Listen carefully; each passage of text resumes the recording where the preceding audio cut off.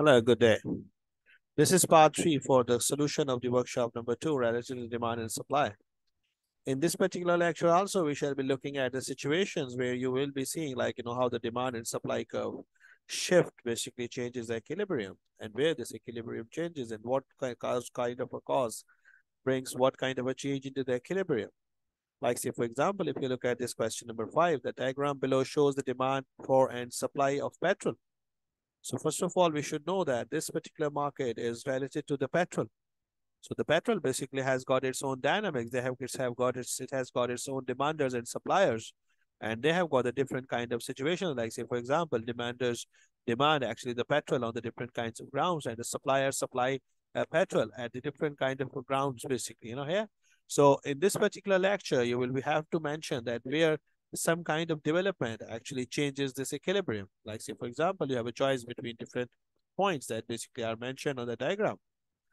Like say, for example, if you look at the part number 1, what happens if the price or the cost of refining petrol, like say, for example, if the cost of production or the cost of refining the petrol increases. So this basically has to do with supply curve. And like whenever the cost of production increases, your supply falls.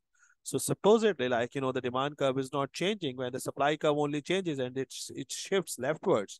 You will have a new equilibrium point, that equilibrium point will be on that will be the point, say, for example, which is related to this point H.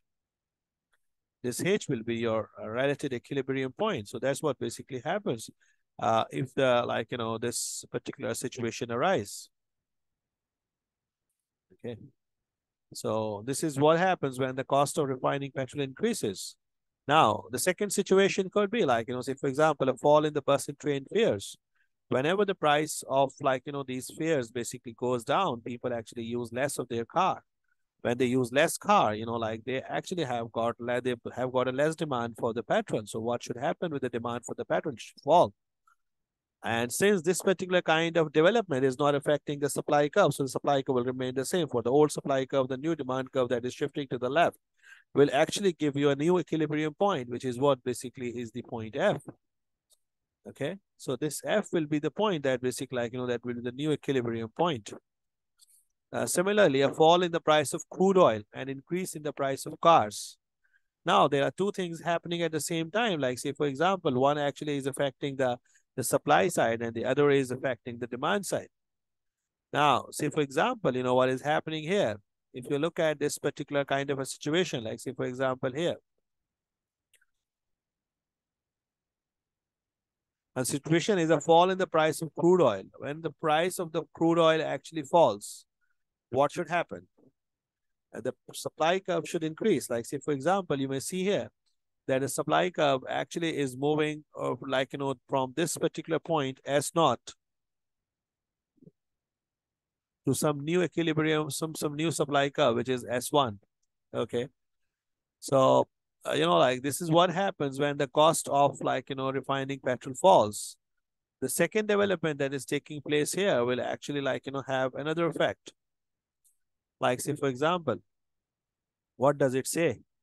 It says that say, for example, it says that a fall in the price of crude oil and an increase in the price of cars. When the price of cars actually increases, what happens? When the price of cars increases, that should decrease your demand curve.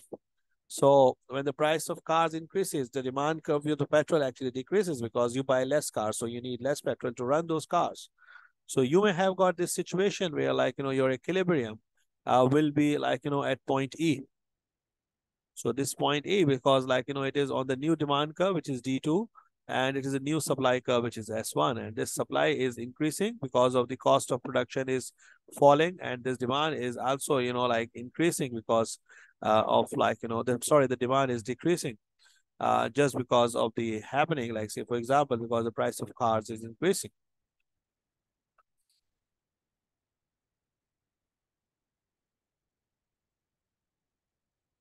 Okay. So a rise in the tax on petrol, and reduction in the, say, for example, the reduction in the tax on cars. So the cost of production is increasing, but the demand for the, the selling price of the car is decreasing. So you basically can see like, that the situation gives rise to the point A. The point A is here, like say, for example, the point A, what does the point A show? The point A is actually showing here, like, that what is happening with the supply curve is falling and the demand curve is rising. That's what basically gives rise to this A point. And this A point is basically the point where you will have got the new equilibrium.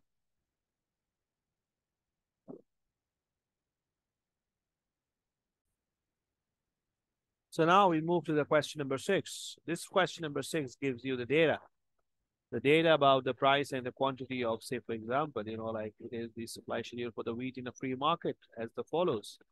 Like, there is a kind of a demand, basically, like, say, for example, that is explained in tons demanded per week. And these are the tons supplied per week. They're like, this particular kind of, like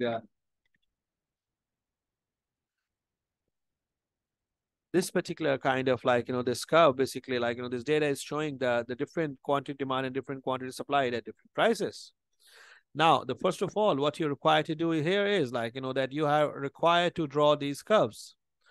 When you use these kind of points, like say, for example, when you draw the demand curve, you take this price and you connect with the demand, like say, for example, 725. And like, when you take this price, 160, you just connect it to this price 7.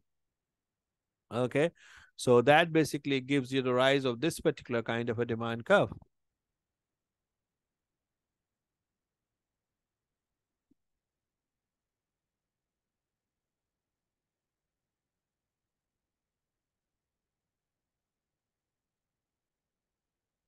So this gives you the rise of this particular demand curve, like, in the supply curve. So you may see the shapes, like, say, for example, when you combine different kind of coordinates, like say, for example, when you combine, they take the price P as 120 and look at the demand, which is 725, and the supply is 225. You may see here, like, say, for example, this particular points. Now, what happens, like, you had to find out the equilibrium price. The equilibrium price will be the price where the demand is meeting supply. So you may see here that the demand is meeting supply at some point, like, here, like this.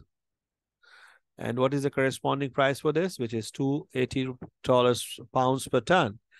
This is the point where, like you may see, like the demand is equal to supply. Okay. So now suppose the government fixes the price of 200 per tons. The 200 is less than 280. So what does they do? Like, they basically put a price ceiling. So that price ceiling would create a shortage of 275 tons. That is basically the difference between the 675 and 4,000. All right. So now if you like look at that, when the price like the supply now increases by 150 tons at all prices.